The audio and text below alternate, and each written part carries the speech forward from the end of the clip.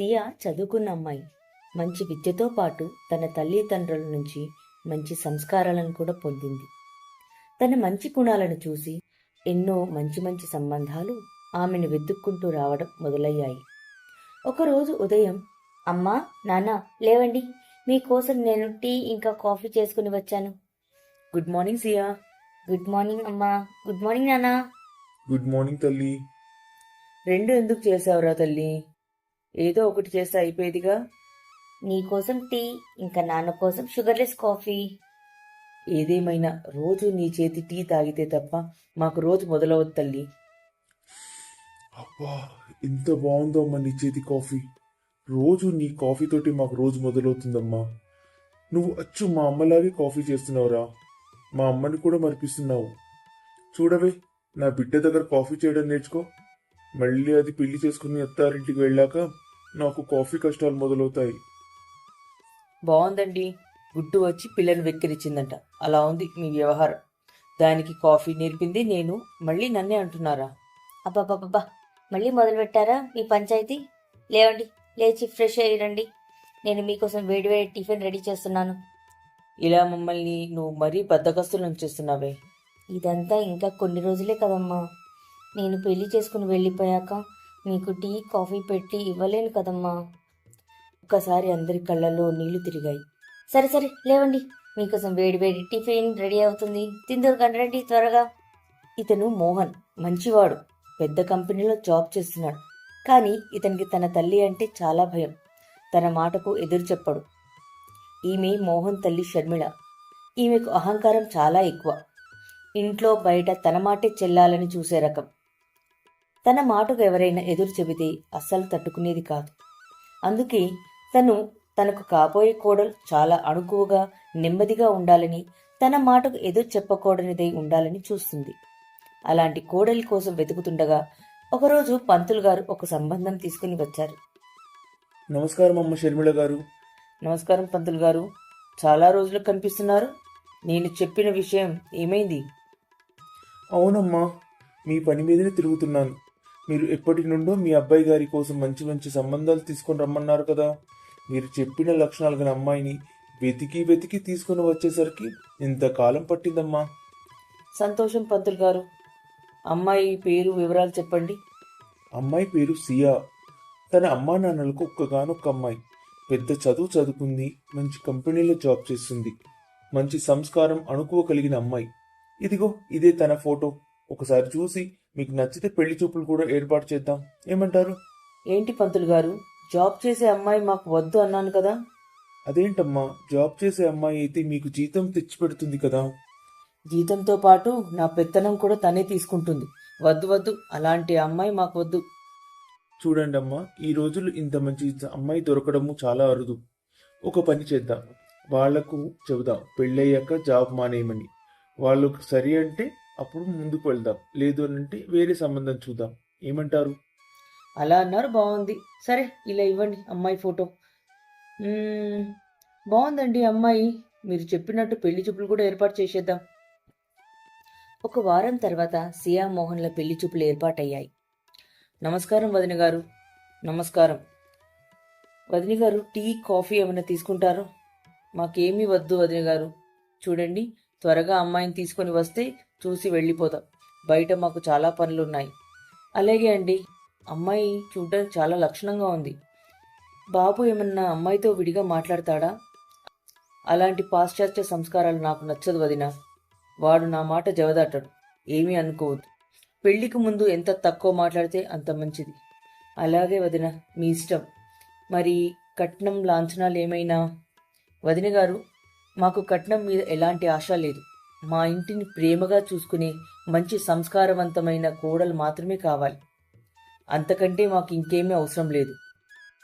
చూడండి వదిన గారు, మా అమ్మాయికి మంచి చదువుతో పాటు సంస్కారాలు నేర్పించడంలో మేము ఎలాంటి లోటు చేయలేదు. మిగతాదంతా వారి వారి అదృష్టం మీద ఆధారపడి ఉంటుంది. తల్లిదండ్రులు పిల్లల్ని కనగలరు కానీ వారి అదృష్టాన్ని రాయలేరు కదా. కానీ వాళ్ళ జీవితం సంతోషంగా ఉండాలని మాత్రం కోరుకుంటారు. అలాగే మేము కూడా. చాలా బాగా చెప్పారు వదిన గారు. సరే, ఇప్పుడు మేము వెళ్తాము. పంతులు గారితో మాట్లాడి జాతకాలు చూయించి నిశ్చితార్థ ముహూర్తం ఖరారు చేసి మీకు తెలియజేస్తాను. సరే వదిన గారు, చాలా సంతోషం. ఉంటాము. కొద్ది రోజుల్లోని సియా మోహన్ల నిశ్చితార్థం జరిగింది. సరిగ్గా నెల రోజుల తర్వాత ఇద్దరి పెళ్లి కూడా జరిగిపోయింది. పెళ్లి తర్వాత సియా తన అత్తగారింటికి వెళ్ళింది. పెళ్ళైన వారానికి సియా తల్లి సియాకు ఫోన్ చేసింది. అమ్మా సియా, ఎలా ఉన్నావు? అత్తారింట్లో అంతా బాగానే ఉందా? ఏమైనా ఇబ్బంది ఉందా? నిన్ను చూడాలని, నీతో మాట్లాడాలని చాలా అనిపించింది తల్లి, అందుకే ఫోన్ చేశాను. హలో అమ్మా, నేను బాగానే ఉన్నాను. అత్తయ్య గారు కూడా నన్ను బాగా చూసుకుంటున్నారు. మీరంతా ఎలా ఉన్నారు? నాన్న ఎలా ఉన్నాడు? నేను కూడా మిమ్మల్ని చాలా మిస్ అవుతున్నాను. మేమంతా బాగానే ఉన్నాం తల్లి, కానీ నువ్వు వెళ్ళిపోయినప్పటి నుండి ఇల్లు చాలా వెలవెలబోయింది. ఎక్కడ చూసినా నీ జ్ఞాపకాలే. పొద్దున్నే లేచి మాకు కాఫీ టీ ఇచ్చేదానివి, కానీ ఇప్పుడు ఇలా ఇవ్వడానికి ఎవ్వరూ లేరు. కిచెన్లో నీ జ్ఞాపకాలే, నీ రూమ్ దగ్గర నీ జ్ఞాపకాలే, హాల్లో నీ జ్ఞాపకాలే, ఎక్కడ చూసినా నీ జ్ఞాపకాలే తల్లి, నీ ఆలోచనలే. కానీ వెంటనే గుర్తొస్తుంది నా కూతురు ఇప్పుడు తన అత్తింటికి వెళ్ళిపోయిందని. కానీ 2 రోజులకు ఒక్కసారైనా ఫోన్ చేస్తూ ఉండమ్మా. అలా అనకమ్మా, నేను ఎక్కడున్నా మీ కూతుర్ని. కొత్త ఇల్లు కాబట్టి అందరితో కలిసిపోవడానికి కొంచెం టైం పడుతుంది అంతే. అందుకే నీకు ఫోన్ కూడా చేయలేకపోతున్నాను. నువ్వెప్పుడు సంతోషంగా ఉండాలమ్మా. చిన్న విషయమైనా పెద్ద విషయమైనా మీ అమ్మ దగ్గర ఏది దాచిపెట్టకు. నీ సంతోషమే మా సంతోషం. మీరు నా గురించి ఏమీ ఆలోచించకండమ్మా. నేను బాగానే ఉన్నాను. నువ్వు నాన్నని జాగ్రత్తగా చూసుకో. త్వరలోనే వచ్చి మిమ్మల్ని కలుస్తాను. సియా తన అమ్మతో మాట్లాడుతుండగా ఆమె అత్త షర్మిల గదిలోకి వచ్చింది. అమ్మా సియా, ఇప్పుడు నువ్వు అత్తింటికి వచ్చావు కదా, ఫోన్ పెట్టేసి ఇక్కడి వాళ్లతో కలిసిపోవడానికి ప్రయత్నించు. ఎప్పుడు పుట్టింటి గురించి ఆలోచిస్తే ఈ ఇంటితో ఎప్పటికీ అనుబంధం ఏర్పడదు. అర్థమైందా? అత్తయ్య, అమ్మకు నా గురించి కాస్త బెంగగా ఉంది. అందుకే నా క్షేమం తెలుసుకోవడానికి ఫోన్ చేశారు. పెళ్లికి ముందు మీ అమ్మ సంస్కారాల గురించి ఎంత గొప్పగా మాట్లాడింది. ఇదేనా ఆ సంస్కారం? పెళ్ళైన మొదటి వారానికి కూతురు జీవితంలో జోక్యం చేసుకోవడం మొదలుపెట్టింది. ఇంకా పెళ్ళై 1 నెల కూడా కాలేదు, అప్పుడే ఫోన్ చేసి క్షేమం అడుగుతోంది. చూస్తుంటే కూతుర్ని అత్తారింటికి పంపినట్టు లేదు, ఏదో హాస్టల్కో జైలుకో పంపినట్టు అనుకుంటుందేమో. మేమేమైనా నిన్ను కష్టపెడుతున్నామా? అంత ప్రేమ ఉంటే పెళ్లి ఎందుకు చేసినట్టు? ఇంట్లోనే ఉంచుకోవాల్సింది. చూడు, కన్యాదానం అంటే నిన్ను మాకు దానం చేసినట్టు. ఇకపై కూతురు తన కొత్త ఇంటిదే అని అర్థం. నిన్ను మాకు అప్పగించిన తర్వాత మళ్ళీ మళ్ళీ ఫోన్ చేయాల్సిన అవసరం ఏముంది? అత్తయ్య, మా అమ్మ నా మనసు మార్చలేదు. మన కుటుంబ విషయాల్లో కూడా జోక్యం చేసుకోలేదు. కేవలం నా క్షేమం తెలుసుకోవడానికి ఒక్కసారి ఫోన్ చేశారు. అందులో తప్పేముంది? అది కూడా వారం తర్వాత చేశారు. అది కూడా తప్పేనా? ఇన్ని రోజులు నేను మా అమ్మ నాన్నలను వదిలి ఎక్కడ ఉండలేదు. కాబట్టి వాళ్లకు నాపై బెంగగా ఉండడం సహజం. దానికి మీరు మా అమ్మని ఇలా అంటున్నారు. కానీ సియ చెప్పిన మాటలు షర్మిలపై ఎలాంటి ప్రభావం చూపలేదు. ఆమె సియను పదే పదే మందలిస్తూనే ఉంది. అత్త మాటలు విన్న సియ తన గదిలోకి వెళ్లి గంటల తరబడి మౌనంగా కూర్చుంది. కొన్ని రోజుల క్రితం ప్రేమగా మాట్లాడిన అత్త ఒక్కసారిగా ఎందుకు ఇలా మారిపోయిందో ఆమెకు అర్థం కాలేదు. అత్తయ్య మాటలు సియా మనసుకు ఎంతో బాధ కలిగినా తన కన్నీళ్లు తుడుచుకొని పెళ్లి తర్వాత జరిగే అన్ని కార్యక్రమాల్లో పాల్గొంది. పెళ్లైన 2 నెలల తర్వాత మోహన్ ఫోన్కు సియా తల్లి కాల్ చేసింది. నమస్తే అత్తయ్య గారు, మీరందరూ ఎలా ఉన్నారు? మేమంతా బాగున్నాం బాబు. సియా ఎలా ఉంది? సియా బాగానే ఉంది. ఇదిగోండి, ఆమెతో మాట్లాడండి. హలో అమ్మా, ఎలా ఉన్నావు? ఇంట్లో అందరు బాగున్నారా? అందరూ బాగానే ఉన్నారమ్మా. కానీ 2 నెలలు అయ్యాయి, నువ్వు ఒక్కసారి కూడా ఫోన్ చేయలేదు. నేను నీకు ఫోన్ చేశాను, కానీ నువ్వే ఎంతకీ ఎత్తలేదు. అందుకే మోహన్కి ఫోన్ చేయాల్సి వచ్చింది. అలా ఏం లేదమ్మా, కొంచెం పనిలో ఉండిపోయాను, అందుకే ఫోన్ ఎత్తలేకపోయాను. ఇప్పుడు చెప్పు, ఇంట్లో అందరు బాగున్నారా? అందరూ బాగానే ఉన్నారమ్మా, కానీ నువ్వు వెళ్ళినప్పటి నుంచి ఇల్లు వెలవెలబోతోంది. నువ్వు లేక ఏదీ బాగా అనిపించట్లేదు. కూతుర్ని పెళ్లి చేసి పంపించగలం, కానీ మనసుని ఎలా ఒప్పించాలి తల్లి? అమ్మా, మీరు అలా బాధపడకండి. నేను త్వరలోనే వచ్చి మిమ్మల్ని కలుస్తాను. మీరు నాన్నగారు ఇద్దరు జాగ్రత్తగా ఉండండి. సరే అమ్మా, నువ్వు కూడా జాగ్రత్తగా ఉండు. ఫోన్ పెట్టిన వెంటనే మోహన్ తన కోసం ఎదురు చూస్తూ నిలబడి ఉన్నాడని సియా గమనించింది. ఇదేమిటి సియా, మీ అమ్మ ప్రతి చిన్న విషయానికి ఇంత ఎమోషన్ డ్రామా ఆడుతుంది? ఇదంతా అవసరమా? అంటే మా అమ్మ చేస్తుంది మీకు డ్రామాలా అనిపిస్తుందా? అవును, నువ్వు ఫోన్ ఎత్తలేదంటే వెంటనే నాకు ఫోన్ చేశారు. చూస్తుంటే మన ఇంట్లో జరిగే ప్రతి విషయం తెలుసుకోవాలని ఆసక్తి ఉన్నట్టుంది మీ అమ్మకి. మా అమ్మ ఎవరిపైన గూఢచర్యం చేయదు. ఆమెకు తన కూతురి మీద ప్రేమ, ఆందోళన మాత్రమే ఉంది మోహన్. నాకన్నీ తెలుసు. మీ అమ్మ రోజు ఫోన్ చేసేది మన ఇంటి విషయాలన్నీ తెలుసుకోవడానికి. ఇప్పటి వరకు మీ అమ్మ ఆలోచనలే పాతవనుకున్నాను మోహన్, కానీ మీ ఆలోచనలు కూడా అలాగే ఉన్నాయని ఇప్పుడే అర్థమైంది. ఒక విషయం గుర్తుపెట్టుకో, ప్రతి విషయాన్ని పుట్టింట్లో చెప్పే అమ్మాయిల ఇల్లు ఎప్పటికీ సంతోషంగా ఉండవు. ఇప్పుడు నీకు పెళ్ళైంది, ఇది నీ కొత్త జీవితం. మన ఇంటి ప్రతి విషయంలో మీ అమ్మ అభిప్రాయం ఉండాలని నేను కోరుకోవడం లేదు. ఇంతకు ముందు అమ్మాయిల దగ్గర మొబైల్ ఫోన్లు ఉండేవి కావు, అయినా వాళ్ళ కాపురాలు బాగానే సాగాయి. నిజం చెప్పాలంటే అప్పటి కుటుంబాలే ఎక్కువ సంతోషంగా ఉండేవి.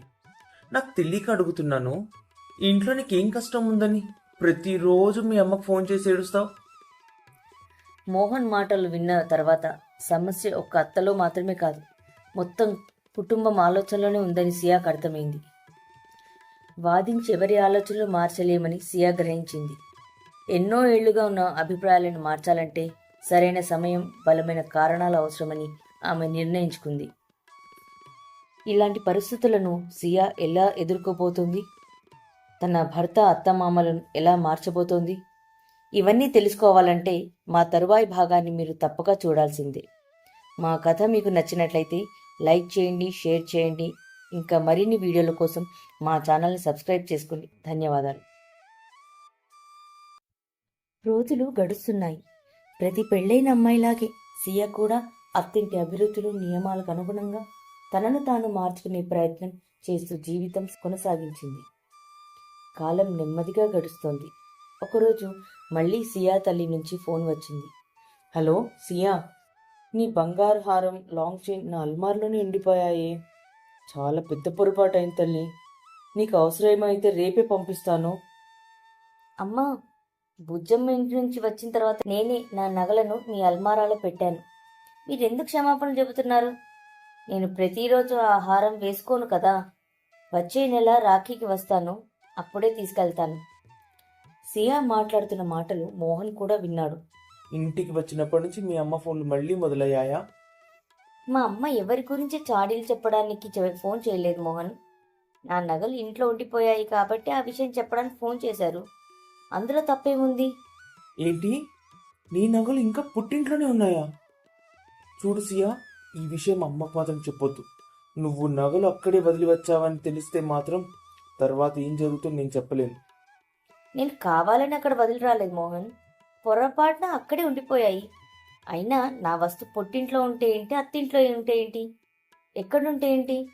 ఏం అక్కడేమన్నా దొంగలున్నారా? ఆ రోజు సియాకు చాలా బాధేసింది. ఆమె మోహన్తో ఒక్క మాట కూడా మాట్లాడలేదు.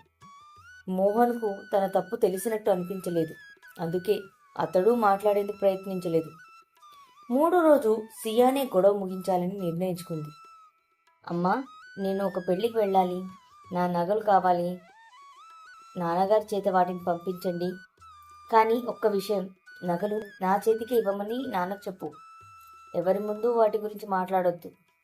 సరే అమ్మా, నువ్వు చెప్పినట్టే చేస్తాం. మరుసటి రోజు సియా తండ్రి నగలు తీసుకొచ్చి నేరుగా ఆమె చేతిలో పెట్టి వెళ్ళిపోయాడు. మోహన్, నేను నా నగలు పుట్టింటి నుంచి తిరిగి తెప్పించుకున్నాను. మీకు ఇంకా సందేహం ఉంటే ఒక్కసారి చూసుకోండి, అన్నీ యథాతథంగా ఉన్నాయి. నగలు తిరిగి వచ్చిన తర్వాత మోహన్ కూడా మామూలుగా మారి మళ్ళీ సియాతో మాట్లాడడం ప్రారంభించాడు. కొన్ని రోజుల తర్వాత షర్మిల సియా గదిలోకి వెళ్ళి, సియా సియా, నీ నగలు ఒక్కసారి ఇవ్వమ్మా. ఏమైంది అత్తయ్య? ఎందుకు నగల గురించి అడుగుతున్నారు? దుబ్బాకలో ఉన్న మా అక్కింట్లో పెళ్ళి ఉంది కదా, నీకు కూడా తెలుసు కదా. ఆ పెళ్ళికి నీ బంగారు హారం, గాజులు వేసుకుని వెళ్దామని అనుకున్నాను. కానీ అత్తయ్య, నేను కూడా వేసుకుని వెళ్దామని అనుకున్నాను. అంటే నేను అడిగితే నువ్వు కాదంటావా? చూసావా మోహన్, చూసావా నీ భార్య ఎలా ఉంటుందో? సియా, అమ్మ అడిగినప్పుడు ఇచ్చేస్తే అయిపోతుంది కదా. అలాగే మోహన్. సియా కూడా అదే పెళ్లికి తన నగలు వేసుకుని వెళ్ళాలని అనుకుంది. కానీ ఆమె అభిప్రాయం అడగకుండానే షర్మిల నగలను తీసుకొని వెళ్ళిపోయింది. ఆ రోజే సియాకు ఈ ఇంట్లో తన ఇష్టము, తన అభిప్రాయానికి ఎలాంటి విలువ లేదని పూర్తిగా అర్థమైంది. కొన్ని రోజుల తర్వాత ఒకరోజు సియా మోహన్ ఫోన్ చేసింది. మోహన్, ఈరోజు ఆఫీస్ నుంచి త్వరగా వస్తానని చెప్పారు కదా. మనం కొత్త కట్టెలు, బెడ్షీట్లు కొనడానికి మార్కెట్కి వెళ్ళాలని చెప్పాను కదా. కానీ ఇంకా ఇంటికి రాలేదు. వస్తున్నాను సియా, 10 నిమిషాల్లో అక్కడ ఉంటాను. ఫోన్ పెట్టిన తర్వాత సియా నిరాశగా కూర్చుంది. అదే సమయంలో షర్మిల అక్కడికి వచ్చింది. ఏమైంది సియా, ఎందుకు అంత బాధగా కనిపిస్తున్నావు? మోహన్తో ఏమైనా పని ఉందా? అవునత్తయ్య, చాలా రోజులుగా గదికి కొత్త కర్టెన్లు, బెడ్షీట్స్ తీసుకుందామని చెబుతున్నాను. గదిని కొంచెం కొత్తగా మార్చాలని అనుకున్నాను. ఈరోజు చాలా కష్టపడి మోహన్ ఒప్పించాను, కానీ ఇంకా రాలేదు. ఏంటి, కొత్త కర్టెన్లు, బెడ్షీట్లా? ఎందుకు? ఇప్పుడున్నవని చిరిగిపోయాయా? లేదత్తయ్య, నా గదిని నా ఇష్టానికి తగ్గట్టు కొంచెం అలంకరించుకోవాలని ఉంది. నీ ఇష్టం అంటే?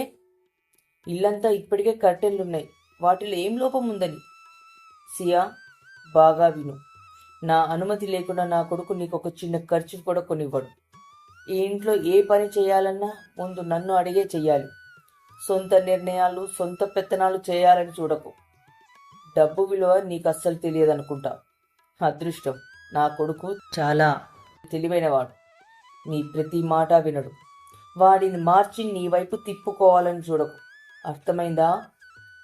అత్తయ్య, నేను మొత్తం ఇంటి గురించి చెప్పడం లేదు. నా గురించి, నా గది గురించి మాత్రమే చెబుతున్నాను.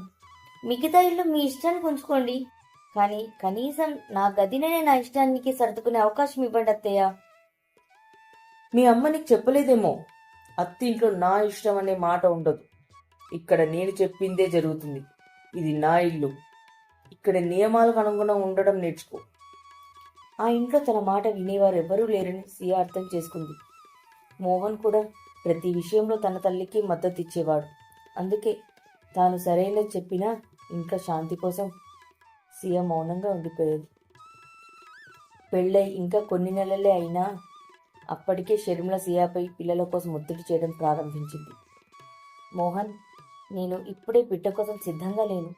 ముందు మనిద్దరం ఒకరినొకరు పూర్తిగా అర్థం చేసుకుందాం. ఆ తర్వాత పిల్లల గురించి ఆలోచిద్దాం. ఏమంటారు? అంటే నన్ను వదిలి వెళ్ళిపోవాలని అనుకుంటున్నావా? నేను ఎప్పుడు అలా అన్నాను? నేను చెప్పేది ఒకటే మోహన్, ముందు మన బంధం మరింత బలపడాలి. ఒకరినొకరు బాగా అర్థం చేసుకోవాలి. అప్పుడే మన బిడ్డ కూడా మంచి సంతోషకరమైన వాతావరణం పెరుగుతుంది. ఆ సమయంలో మోహన్ ఏమీ మాట్లాడలేదు. కానీ మరుసటి రోజే భార్యాభర్తల మధ్య పిల్లల గురించి జరిగిన మాటలన్నింటినీ మోహన్ ఏమాత్రం దాచకుండా ప్రతిదీ తన తల్లి షర్మిలకు చెప్పేశాడు. అది విన్న వెంటనే షర్మిల కోపంతో రగిలిపోయింది. చూడు మోహన్, మీ పెళ్ళై 6 నెలలు దాటిపోయాయి. ఇంతకాలమైనా నీ భార్య నీ మాట వినకుండా తన ఇష్టమే నడిపించాలని చూస్తుంటే తప్పు ఆమెదే కాదురా, నీది కూడా. కానీ అమ్మ, ముందు మనం ఒకరినొకరు అర్థం చేసుకున్నాకని పిల్లల్ని కందామంటుంది. దానికి నేనేం చెయ్యాలమ్మా? అదే అదే నేను నీకు చెబుతున్నది. ఈరోజు బిడ్డ ఎప్పుడు పుట్టాలో ఆమె నిర్ణయిస్తుంది. రేపు ఇల్లు ఎలా నడవాలో కూడా ఆమెనే చెబుతుంది. మొదట్లోనే భార్యకి ఎక్కువ సేవ చేస్తే తర్వాత భర్తకు విలువ ఉండదు. భర్త చేతులు నియంత్రణ బలంగా ఉంటే భార్య ఎప్పుడు హద్దులు దాటదు. ఒక ఆడది పిల్లలు ఎప్పుడు పుట్టాలో కూడా నిర్ణయిస్తుందా? ఇంటి నిర్ణయాలు భర్త తీసుకోవాలి, భార్య కాదు. అమ్మా, నువ్వు చెప్పినట్టే నేను చేస్తానమ్మా. అలాగే సియా కూడా నీ మాటే వినేలా చేస్తానమ్మా. చెప్పడం కాదు, నీ మాట వినేలా చెయ్యాలి. ఇప్పటి నుంచి ఆమె ఇష్టానుసారం నడవనిస్తే జీవితాంతం బాధపడాల్సిందే. షర్మిల మాటలు మోహన్ మనసులో సియా గురించి మరింత అపోహలు పెంచాయి. ఆ రోజు తర్వాత అతని ప్రవర్తన పూర్తిగా మారిపోయింది. సియా చెప్పే మాటలు అర్థం చేసుకునే ప్రయత్నం కూడా చేయకుండా వాటిని పట్టించుకోకుండా ఉండసాగాడు. మోహన్, ఇది మన బిడ్డ భవిష్యత్ గురించి. నేను చెప్పేది మనిద్దర మంచి కోసం, మన బిడ్డ మంచి కోసం మాత్రమే. నాకు ఇంకేం వినాల్సిన అవసరం లేదు సియా. అమ్మ ఏది చెప్తే అదే కరెక్ట్. అమ్మ ఇప్పుడు పిల్లల్ని కనాలి అంటుంది, కానీ తీరాల్సిందే. సరే, మీకు అదే ఇష్టమైతే అలాగే ఉండనివ్వండి. మీ నిర్ణయానికి నేను ఒప్పుకుంటాను. మరోసారి సియా తన మనసును పక్కన పెట్టి మోహన్ మాటకు తల వంచింది. కొన్ని రోజులకి సియా గర్భవతినని శుభవార్త చెప్పింది. అమ్మా, అమ్మా, ఎక్కడున్నావు? నీకు శుభవార్త తీసుకొచ్చాను, తొందరగా రా. ఏమింది మోహన్, ఎందుకు అంత సంతోషంగా ఉన్నావు? అమ్మా, నువ్వు నాన్నమ్మవు కాబోతున్నావు. ఏంటి, నేను నానమ్మని కాబోతున్నానా? చాలా మంచి శుభవార్త చెప్పావు బాబు. నీ నోరు తీపి చేయాల్సిందే ఇప్పుడు. నన్ను ఆశీర్వదించండి అత్తయ్య గారు. పండంటి కొడుకునివ్వాలి, అర్థమైందా? ఎవరు పుడితే ఏముంది అత్తయ్య, అంతా ఈ ఇంటి వారసులే కదా. ఏంటి కోడలి పిల్ల, చనివిచ్చాను కదా అని చంకను కూర్చుందామని చూస్తున్నావా? సియా, ఎందుకు అమ్మకు ఎదురు మాట్లాడతావు? అమ్మ చెప్పినట్టు వింటే సరిపోతుంది కదా. సియా చాలా బాధపడింది. ఏమీ మాట్లాడకుండా తన గదిలోకి వెళ్ళిపోయింది.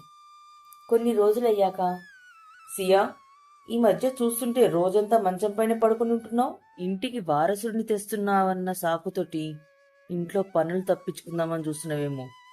అంత లేదు, లేచి ఇంట్లో పనంతా చేసిరా.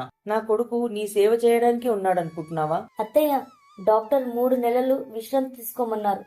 అయినా నేను ఇంటి పనులన్నీ పూర్తి చేసిన తర్వాతే పడుకుంటున్నాను. పైగా మోహన్ ఈ రోజు వరకు నాకు ఒక గ్లాస్ నీళ్లు కూడా తీసుకొచ్చి ఇవ్వలేదు. మీరు అలా ఎందుకు మాట్లాడుతున్నారు? మా కళ్ళకు అన్నీ కనిపిస్తున్నాయి. నా కొడుకు నీ చుట్టే తిరుగుతున్నాడు, చూస్తున్నాను. సియా ఏమీ మాట్లాడలేదు. మరుసటి రోజు సియా తన తల్లికి ఫోన్ చేసి మాట్లాడింది. అమ్మా, నాకు నెలలు నిండినా కొద్దీ చాలా నీరసంగా ఉంది. దయచేసి నన్ను మీ ఇంటికి తీసుకెళ్లారా? అలాగే తల్లి, మీ నాన్న ఇంటికి వచ్చాక మాట్లాడి నిన్ను ఇక్కడ తెచ్చుకుంటాను. సరేనా అమ్మా? అలాగే అమ్మా, ఉంటాను. మరుసటి రోజు సియా అమ్మ నాన్న సియా వాళ్ళ ఇంటికి వచ్చారు. ఏంటి వదిన గారు, ఎలా వచ్చారు? అంతా మంచిదేనా? మీ అమ్మాయిని చూసి వెళ్ళడానికి వచ్చారా? లేదు వదిన, సియాకు నెలలు నిండుతున్నాయి కదా, మీ అనుమతి తీసుకొని తన డెలివరీకి మా ఇంటికి తీసుకెళ్ళడానికి వచ్చాను. ఏంటి, డెలివరీకి మీ ఇంటికి తీసుకెళ్తారా? మరి ఇక్కడ పనంతా ఎవరు చేస్తారు అని వెంటనే నాలుక ఖర్చుకొని, అదే అదే మాకు ఇక్కడ సియా లేకపోతే ఏమీ తోచదు. తను ఇల్లంతా గలగలా తిరుగుతుంటే చాలా సంతోషం వేస్తుంది. అలాంటిది తను లేకపోతే ఎలా? ఏమీ అనుకోకండి వదిన గారు, డెలివరీ ఇక్కడే చేసుకుంటాం. అలా మాట్లాడేసరికి సియా తల్లిదండ్రులు కూడా ఏమీ మాట్లాడకుండా అక్కడి నుంచి వెళ్ళిపోయారు. సియా చాలా బాధతో తన గదిలోకి వెళ్ళిపోయింది. షర్మిల ప్రతి విషయంలో జోక్యం చేసుకోవడం వల్ల సియా తన గర్భధారణలోని 9 నెలలను చాలా కష్టంగా గడిపింది. 9 నెలలు పూర్తయ్యాక సియా ఒక అందమైన పాపకు జన్మనిచ్చింది. తనకు అంశిక అనే పేరు పెట్టారు. కానీ తన అత్తగారికి ఆడపిల్ల పుట్టడం అస్సలు నచ్చలేదు. ప్రతి విషయానికి సియాను మందలిస్తూనే ఉంది. అంశిక పుట్టిన తర్వాత సియా ప్రపంచం మొత్తం తన కూతురు చుట్టూనే తిరగసాగింది. మోహన్ ప్రవర్తనలో కూడా పెద్ద మార్పు వచ్చింది. అతను తన కూతుర్ని ప్రాణం కంటే ఎక్కువగా ప్రేమించసాగాడు. సియా, మనకి ఒక్క బిడ్డే చాలు. అంశికే నా ప్రపంచం. ఆమెపై ఉన్న ప్రేమను ఇంకెవరితోనూ పంచుకోవాలని నాకు అనిపించట్లేదు. మరి నువ్వేమంటావు? మోహన్, నాకు అదే అనిపిస్తోంది. రెండో బిడ్డ గురించి ఆలోచించకుండా అంశిక భవిష్యత్తుపైనే దృష్టి పెడదాం. ఈ నిర్ణయంతో ఇద్దరు చాలా సంతోషంగా ఉన్నారు. కానీ ఆ సంతోషం ఎక్కువ రోజులు నిలవలేదు. వారి నిర్ణయంతో ఆ ఇంటిలో ఎలాంటి మార్పులు రాబోతున్నాయి? షర్మిల వీరి నిర్ణయానికి ఒప్పుకుంటుందా? ఇవన్నీ తెలియాలంటే మా తరువాయి భాగం కోసం వేచి చూడాల్సిందే. మా కథ కనుక మీకు నచ్చినట్లయితే లైక్ చేయండి, షేర్ చేయండి. ఇంకా మరిన్ని వీడియోస్ కోసం మా ఛానల్ సబ్స్క్రైబ్ చేసుకోండి. ధన్యవాదాలు. అంశికకు 3 ఏళ్లు పూర్తయ్యాయి.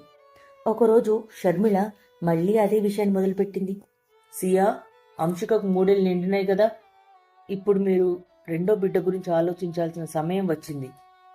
అత్తయ్య, నేను ఇంకా మోహన్ కలిసి నిర్ణయించుకున్నాం. మాకు రెండో బిడ్డ అవసరం లేదు.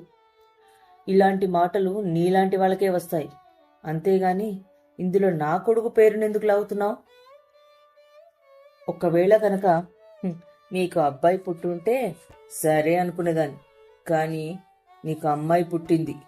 వంశాన్ని ముందుకు తీసుకెళ్లాలంటే ఒక అబ్బాయి వల్లే జరుగుతుంది, అంతేగాని ఎందుకు పనికిరాని అమ్మాయి వల్ల కాదు. కాబట్టి నేను చెప్పినట్టు వినాలి. నువ్వు కొడుకును కనాలి, కని తీరాల్సిందే. షర్మిల కావాలని మోహన్ ఎదుట సియాను మాటలతో గుచ్చింది. మోహన్ అన్నీ విన్నా కూడా ఒక్క మాట కూడా మాట్లాడలేదు. మోహన్, ఇదేనా మీ మాటకు విలువ? నిన్నటి వరకు ఒక బిడ్డ చాలని చెప్పిన మీరు ఈరోజు అత్తయ్య ముందు ఒక్క మాట కూడా మాట్లాడడం లేదు. నన్ను అందరి ముందు అవమానపరుస్తుంటే మీకు అంత సంతోషంగా ఉందా? ఒక్క మాట మాట్లాడలేదు. అలా కాదు సియా, నిజంగానే నాకు రెండో బిడ్డ వద్దు. కానీ అమ్మని ఎలా ఒప్పించాలో నాకు అర్థం కావడం లేదు. నాకు భయమేస్తుంది సియా తనతో మాట్లాడాలంటే. మోహన్, మన పెళ్ళైన రోజు నుంచి నేను ఒకటే వింటూ వస్తున్నాను, పెళ్ళైన అమ్మాయి జీవితంలో తన తల్లి జోక్యం చేసుకోకూడదు అని. మీ మాట నమ్మి నా బాధలను కూడా మా అమ్మతో పంచుకోవడం మానేశాను. నేను ఇక్కడ ఎలా ఉన్నాను, ఎంత బాధలో ఉన్నాను, ఏం చేస్తున్నాను ఏవీ మా అమ్మకు తెలియదు, నిజంగా తెలియదు. ఎప్పుడు తను కూడా మన జీవితంలో జోక్యం చేసుకోవాలని ప్రయత్నం చేయలేదు. కానీ మీ అమ్మకు మాత్రం మన ప్రతి విషయంలో జోక్యం చేసుకోవాలనే ఉంటుంది. మన గదిలో ఏ కట్టెలు ఉండాలి, నేను ఏ నగలు వేసుకోవాలి, నేను ఏ బట్టలు వేసుకోవాలి, ఎటువంటి బట్టలు కొనాలి, మనకు పిల్లలు ఎప్పుడు పుట్టాలి, ఎంతమంది పుట్టాలి, ఎంతమంది పిల్లలు ఉండాలి, అందులో అబ్బాయిలు ఎంతమంది ఉండాలి, అమ్మాయిలు ఎంతమంది ఉండాలి, నేను మీతో మాట్లాడాలా వద్దా, ప్రతి నిర్ణయాన్ని ఆమెనే తీసుకోవాలని చూస్తున్నారు. భార్యాభర్తల మధ్య ఉండే కొన్ని విషయాలు వాళ్ళిద్దరి మధ్య ఉండాలని మీకు అనిపించడం లేదా? నా నగలు పుట్టింట్లో ఉండిపోయినప్పుడు మా అమ్మపై అనుమానం పడ్డారు. కానీ మీ అమ్మ నా అనుమతి లేకుండా నగలు వేసుకుని వెళ్ళినప్పుడు ఏమాత్రం ఒక మాట కూడా అనలేదు కదా. అమ్మ మన ఇంటి మనిషే కదా సియా. అలాగా? మరి మా అమ్మ కూడా నాకు పరాయి ఎలా అవుతుంది? పెళ్ళైన తర్వాత ప్రతి తల్లిదండ్రి ఒక విషయం అర్థం చేసుకోవాలి. తమ కొడుకు కూతురు ఇప్పుడు తమ జీవిత నిర్ణయాలను తామే తీసుకునే వయసుకు వచ్చారని. మీ అమ్మ ఎప్పుడూ భార్యను అదుపులో పెట్టడమే మగాడి లక్షణమని మీకు నేర్పింది. కానీ భార్యను గౌరవించడం ఎలా అనేది ఒక్కరోజైనా చెప్పిందా? మరి తన అత్తగారు కూడా అలానే ఆలోచించి ఉంటే తను ఇప్పుడు ఇలా ఉండేది కాదు కదా. మరి తనెందుకు తన మాటే నెగ్గాలని చూస్తుంది? నీకు ఎప్పుడూ భయం మా అమ్మ మన కాపురాన్ని ఎక్కడ పాడు చేస్తుందో అని. కానీ ఒక్కసారి ఆలోచించండి, మీ అమ్మ ఎప్పుడైనా మన కాపురాన్ని ప్రశాంతంగా సాగనిచ్చిందా? మనం భార్యాభర్తలుగా కలిసి ఉంటున్నాం, కానీ మన బంధంలో ప్రేమ లేదు, నమ్మకం లేదు, గౌరవం అంతకన్నా లేదు. కూతురి తల్లి మాట్లాడితే ఇల్లు పాడవుతుందని, కానీ కొడుకు తల్లి ప్రతి విషయంలో జోక్యం చేసుకుంటే అది ఇల్లు నిలబెట్టడమని ఏ పుస్తకంలో రాశారు మోహన్?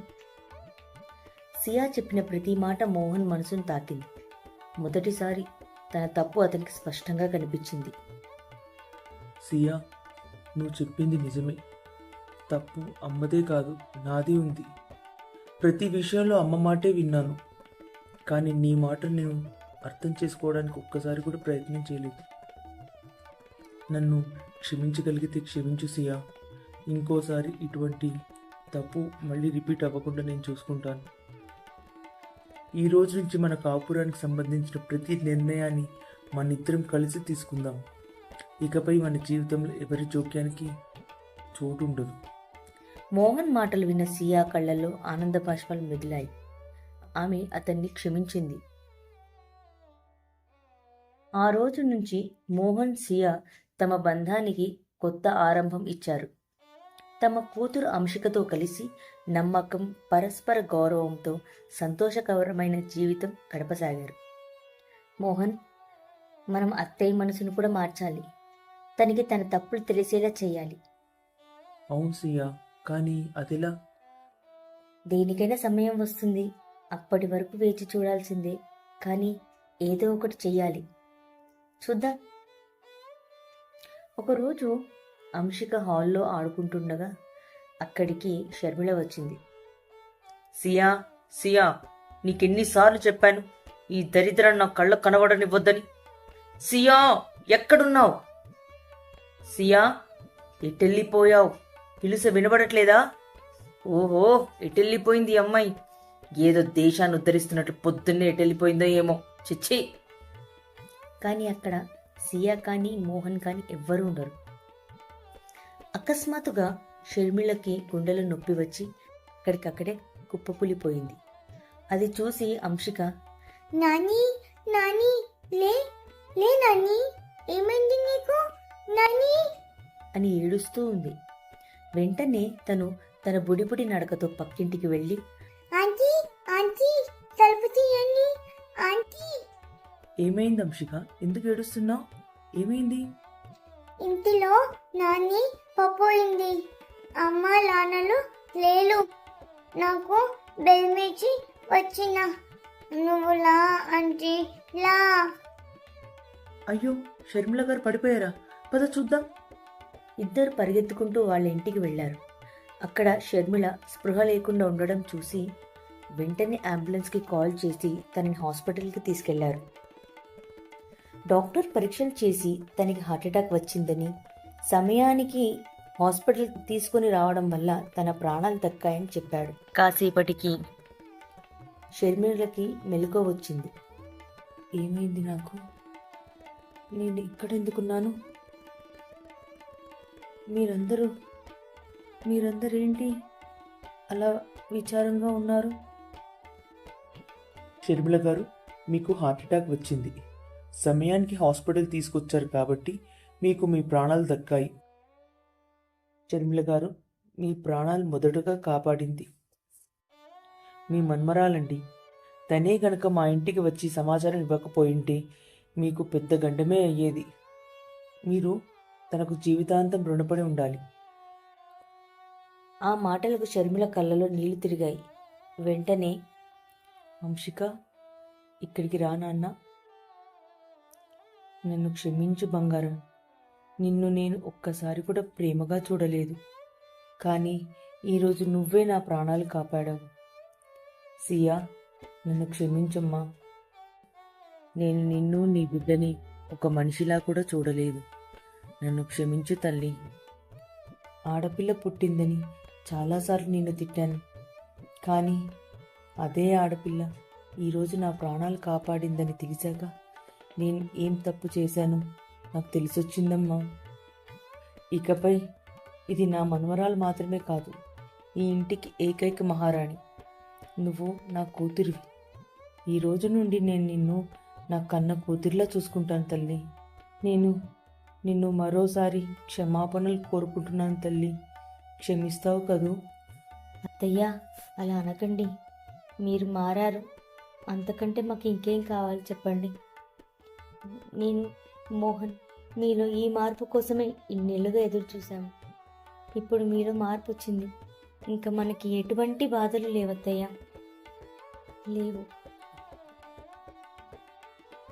ఆడపిల్లలు ఇంటి లక్ష్ములు. వాళ్ల విలువ తెలిసిన వాళ్లే నిజమైన మనుషులు అని గర్వంగా సమాధానమిస్తుంది. ఆ రోజు నుండి సియాకు ఆ ఇల్లు అత్తగారిల్లు కాదు, తల్లిగారిల్లు లాగా మారిపోయింది. అందరూ సంతోషంగా ఉండడం మొదలుపెట్టారు.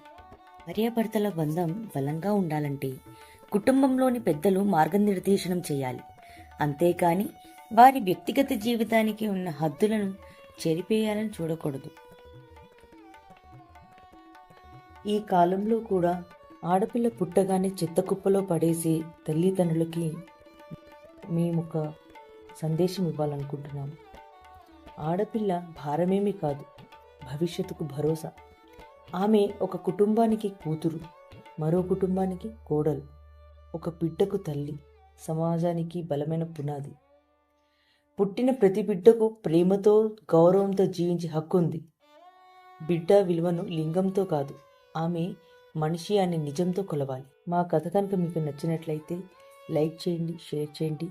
మరిన్ని వీడియోల కోసం మా ఛానల్ని సబ్స్క్రైబ్ చేసుకోండి. ధన్యవాదాలు. శుభం.